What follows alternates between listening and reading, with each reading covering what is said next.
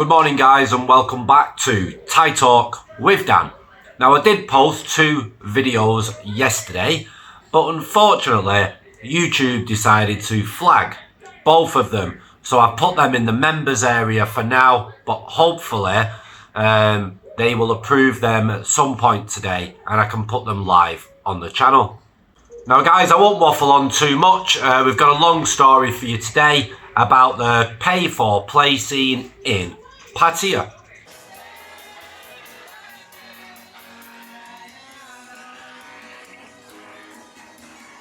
So let's get in to today's story.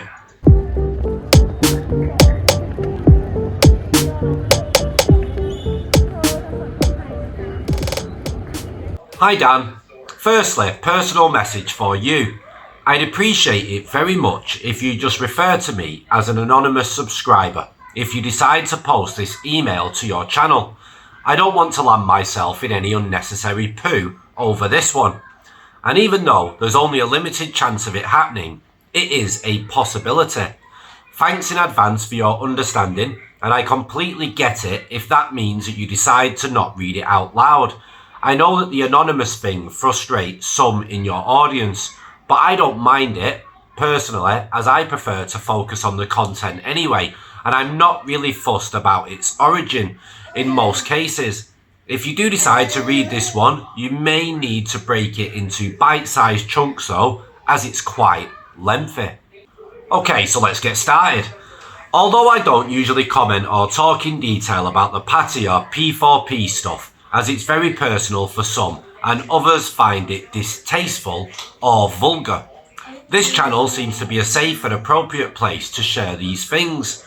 Also, I send this email in the hope that it might help somebody somewhere. So I apologise in advance if anything I say below is offensive to anyone. That's not my intent here, nor is it ever my intent. Now that doesn't mean that it won't happen. I just hope that nobody takes my comments out of context and is selectively outraged by them. And before I start, I want to make it very clear also that there's absolutely no ego or trying to talk myself up here, just observations and perceptions.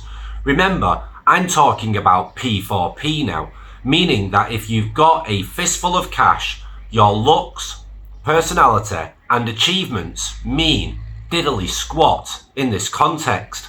So ego really is a moot point in Pattaya. Check it at the door unless you want it crushed and handed back to you in pieces. Firstly, P4P is exactly that. You have to pay. With that in mind, I'm very selective when I part with my money for anything, and girls are no exception. Given that I'm pretty fussy when it comes down to it, I'll happily go home alone rather than take home some second or third stringer just for the hell of it. If you're only over there for a week or two, I understand the urge to try and squeeze in as many experiences as possible, but I'm usually there for at least a month at a time, so that sense of urgency doesn't factor into my decision-making process.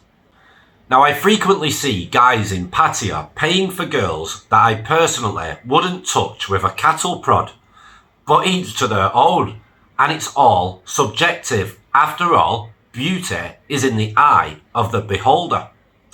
If a girl is visually striking, for me that's the most important thing in this scene, and the small talk and limited interaction you'll experience with the language and cultural barriers comes a far distant second for me. You need to remember that the stilted, awkward and broken English conversation you're having with this girl for the first time for you that is a conversation she's already had a dozen times that night, and the night before, and the night before that. And even if said interaction is positive, as I said above, your own self-perception and qualities mean nothing to them, and if you think that there's some kind of mutual attraction or magic happening, believe me when I say it only exists in your head. In a previous video you posted, Dan, you read a story about a bar girl who tattooed a customer's name on her chest while she was simultaneously hustling countless other overseas sponsors.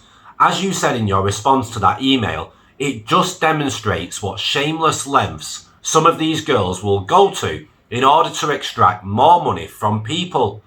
Now, I'm not saying for a minute that some men aren't more attractive to these girls than others for a myriad of reasons, and that some of these girls, particularly the younger ones, don't get besotted with a young Dutch guy with a six-pack who looks like Tarzan with clothes on. After all, they're still human and have needs, desires, and functioning eyeballs. But as long as that guy's paying, it's all good. The girl will just enjoy it more than they would with, say, a 55-year-old overweight phalang. And while I've met plenty of people who've told me stories about how they've been able to get it free or whatever, they're paying in some way or another. You can count on it. Now, while some of what I've said above may seem snobby, vain, or outright conceited, especially if you've never travelled to Thailand, when you see some of the drop-dead stunners kicking around Bangkok, Pattaya, Phuket, and Samui, it's difficult to settle for anything less than stellar, especially when you're paying for the privilege. Soapy massage parlors, or Soapies as they're more commonly known, are in my view a hidden gem in the Pattaya P4P scene. Now, I know that there are people who avoid them like the plague for whatever reason, but to me they're convenient, and you can have the lady of your choice without having to negotiate and haggle like you would with a freelancer. Buy drinks like you would for a go-go girl, and it's upfront with no guessing games like you get in some massage salons. However, they're generally an afternoon or early evening activity and don't have the party atmosphere that you'll find in other types of venues. If there's a downside to speak of, it's the fact that the girls are covered up to varying degrees and aren't really showing off their bodies like go-go girls are. Having said that, when I was last in town, there were some absolute stunners to choose from at these places, and everything occurs on site, which is also convenient. My experience in these places have been overwhelmingly positive. You can also exchange contact details with girls when you're alone with them if you both wish, so you have the option of meeting with them off campus if they agree to it. Regarding freelancers, although I've enlisted their services on occasion, I've heard too many cautionary tales and first-hand horror stories to make engaging with them a habit, and will usually avoid it. Having said that though, sometimes these girls are just so outrageously stunning that it's hard prospect to refuse when approached. I always make sure, however, that if I'm taking them back to my room or condo, that anything of value is secured beforehand, so if they do drug me, they won't get away with anything important unless they harvest my organs. Now, they could of course overdose me somehow, but I can think of worse ways to go. Many people say that you should avoid taking freelancers to your hotel or condo for security reasons, which is a fair statement. But the majority of places now have CCTV, which mine does, that are useful if you ever need to identify a criminal perpetrator after the fact. It also works as a strong deterrent for girls looking to become would-be robbers. Additionally, many hotels require an official Thai ID card to be presented prior to allowing any guests to be admitted. But my general rule of thumb is to avoid this type of working girl altogether, as they're a risky proposition in contrast to other options. A common theme with freelancers is that many of them are ex-go-go girls with no longer work in the bars. When asked why not, they usually say that they prefer to work for themselves and set their own hours, etc. Now, while some of this is true, and I personally met some girls who work go-go contracts followed by freelancing stints elsewhere, I've had it explained to me by more experienced punters that it generally breaks down like this. The girl has likely been let go by a bar due to some negative reason, such as gambling, alcohol, or drug problem, or she simply can't comply with the simple demands set for her to maintain a job. It could also be they've failed an STD test, or a combination of the above. My overarching philosophy when it comes to freelancers is that you should treat them the way that Charlie Sheen would. He famously once said that he doesn't pay hookers for sex, he just pays them to leave. The same principle very much applies to these girls, because once they have your money in their pocket, their behaviour can often take a turn for the worse. They can pull a knife on you, claim assault, and call the police, say they're sick, or enact any number of other pre-planned and well-rehearsed ruses that have worked for them or their friends previously, all for the purpose of taking your money without providing a service. So never hand over any money up front is the main point here. And if you're only in Thailand for a short while, something like this can really ruin your holiday. I have all this on good authority from people who use their services often or used to until they got turned off by such an experience. You'll rarely get such issues in a bar because the girls know that the mama-san will kick their ass up and down Beach Road and sack them if they engage in this type of behaviour, as it will destroy the reputation of the bar, sending it down the tubes and leaving everyone looking for another job. And reputation is extremely important in that world, as it is throughout the entire customer service industry. Try getting another job elsewhere if you get a name for this type of thing. All the mama-sans get together in their little sewing circles and gossip constantly about the girls. And once your name is mud, you're either street walking, working in a 7-Eleven, or heading back to the farm. The last thing I'll say about freelancers is that they're the only working girls I've experienced in Pattaya who have given me the option of not wearing any protection.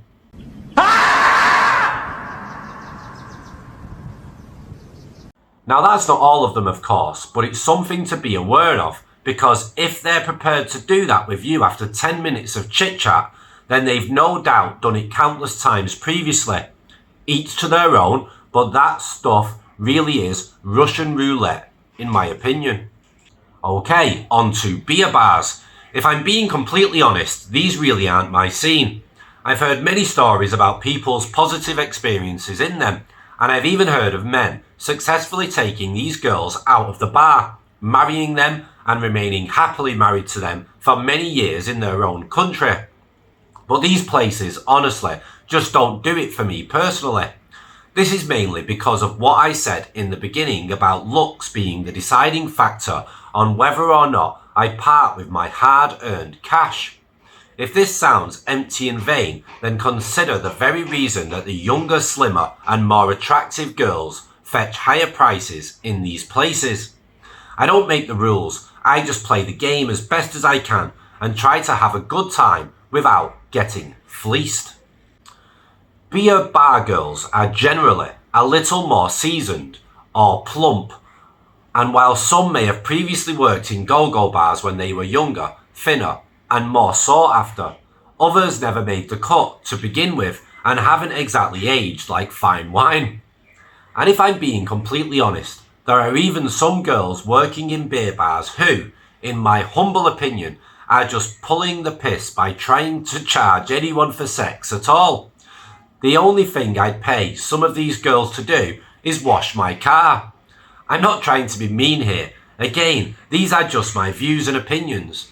I know that many of them have limited prospects due to a lack of education and/or difficult background, and they've likely been lured into it by a friend or relative at some point with the promise of endless riches. I get it. They're just trying to make a living, and after all, they wouldn't want to pay me for sex either, I'm sure, or anything for that matter. But the money's in my pocket and not theirs, which is the critical difference here.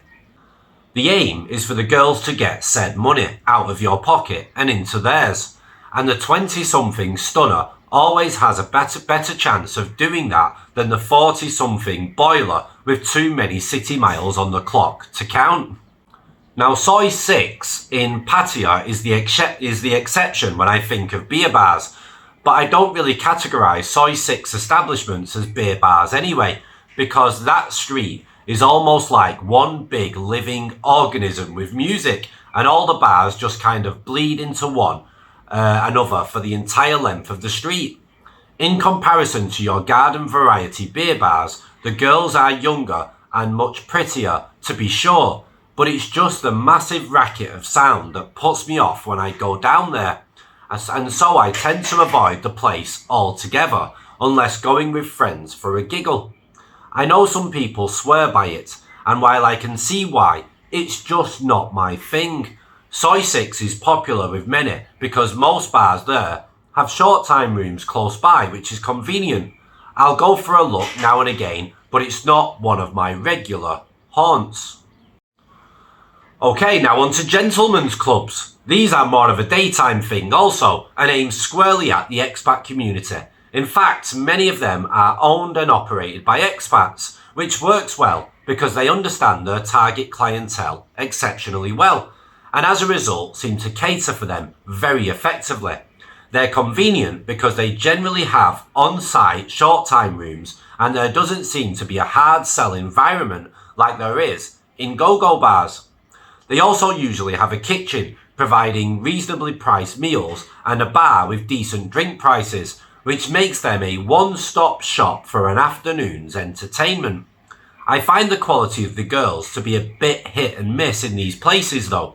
Although I've seen some absolute crackers at these clubs from time to time, generally their characteristics are much like that of beer bar girls, maybe slightly higher quality and more sophisticated and with a better level of English.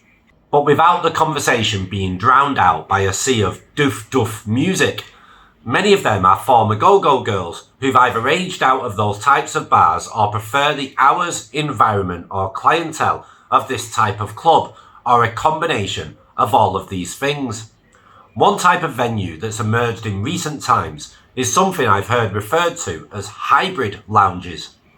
The one that I've been to was a gentleman's club, come go-go bar, come nightclub, come sports bar, which seemed to have a little bit of everything. The hours of operation are more like a go-go bar, whereas the environment and vibe is more like that of a gentleman's club with dancing poles, etc. I've heard of several of these popping up here and there in the Pattaya area, and whether or not this format successfully catches on remains to be seen. I know I mentioned massage salons above very briefly, but I don't feel confident to comment on these with any type of authority, as I haven't frequented them to a great extent. So for me, overall, it's obvious that I'm a fiend for the higher end girls. Obviously in go-go bars this can get quite expensive, but in Soapies it can be a great experience, minus the bull in my experience. Lastly, I just want to comment on something I know you've referenced previously on your channel, and that's Indian men in Pattaya. For years now, there's been this presence of Indian men in Pattaya, not just in the P4P scene, but actual Indian expats who have a go at opening restaurants, nightclubs or tailoring shops, and they live and work in the city. Like expats from any country, they're not exactly like tourists in their outlook and behaviours, and I find them to be pretty good in most cases. The tourists, on the other hand, are some of the rudest people I've ever come across, but unfortunately, that's just par for the course in my experience, and isn't likely to change anytime soon. It's interesting that you've observed more affluent and wealthy Indian men getting around there, and that they splash their cash around, a dramatic departure from their reputation as being stingy. This behaviour of course results in plenty of attention from the girls, which goes to show that it's all about the Benjamins, baby. Or the Vijalud cords if you're talking bar. Many Thai girls have previously made a point of telling me that they don't like Indian men, but that's probably in reference for them having this well-earned reputation for being so financially shrewd in the past. If there's a new generation flashing their cash around, and that's all out the window, to be fair though, Thai girls have told me a lot of stuff that isn't true over the years, and so there is that. Now I know this email was a little lengthy, but I wanted it to be as detailed as possible for your audience. I know that I haven't covered every type of Pattaya P4P venue here, but that's because I believe that people should stay in their lane and never pretend to be an expert on anything they're not. I know that there are people out there who've seen and done many more things than I have in this arena, and probably have some very useful advice to offer, which I'd love to hear. As I said at the beginning, this information is regarding Pattaya only. Whilst I've dabbled in some P4P in other parts of Thailand, it differs in many respects, and I'm no doubt way less qualified to comment on those places than some other legends in your audience. Thanks for reading, and take care, as always. Cheers. Right, thanks for sending in your email about the P4P scene in Pattaya. It's one of the most popular destinations here in Thailand, and it's great for people to listen to this video that are not that well versed about it. Now, personally, myself, I don't really have that much experience. My experience has come from speaking to the Thai women that are in that scene and getting the truth, basically, from them. I'm very good at getting people to open up and tell me what they really think and how they really feel and what's really going on, as they see me no threat whatsoever. So I'm very good at being that guy. So I found out a lot of information about it. In regards to the last part that you spoke about in reference to Indian guys, I mean, I get a lot of my information from an application that I don't particularly like to play on, but it's quite informative to say the least, which is TikTok. TikTok constantly shows freelancers and bar girls and go-go girls with an Indian guy splashing his money out on champagne. They're showing the videos of this going on. I've seen loads of hot, really good-looking Thai girls basically sat around Thai men partying in clubs, gentlemen clubs, the lot, where they're taking videos of this going on.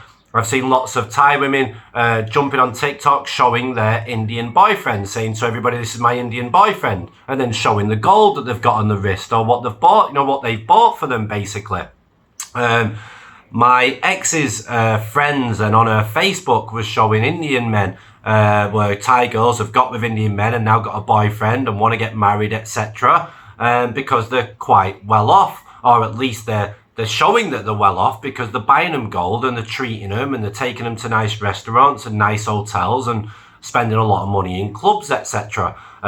Whether that's on an overdraft or a credit card, God knows. But the Thai girls are buying into it. They will go wherever the money is. Yes, a lot of Thai girls will say, yeah, they're not interested in Indian men and stuff. I've heard that myself. Well, let's be straight, guys. The Thai girls are there to make money. And they're not bothered where that money comes from. If you've got money in your pocket and you've got 4 eyes and a tail coming out of your backside, they're still going to exchange their service for your cash. Right, guys, I'm going to end this video here. I've got an extremely sore throat. You probably noticed as I was reading along, so I need to give it a bit of a rest. It's been bad for a few days. If you've got your own bit of advice from your own wisdom, then get your email sent in to thaitalkwithdan@gmail.com and we can share it on the channel and see what other people think of your advice. So guys, thanks for watching and ciao for now.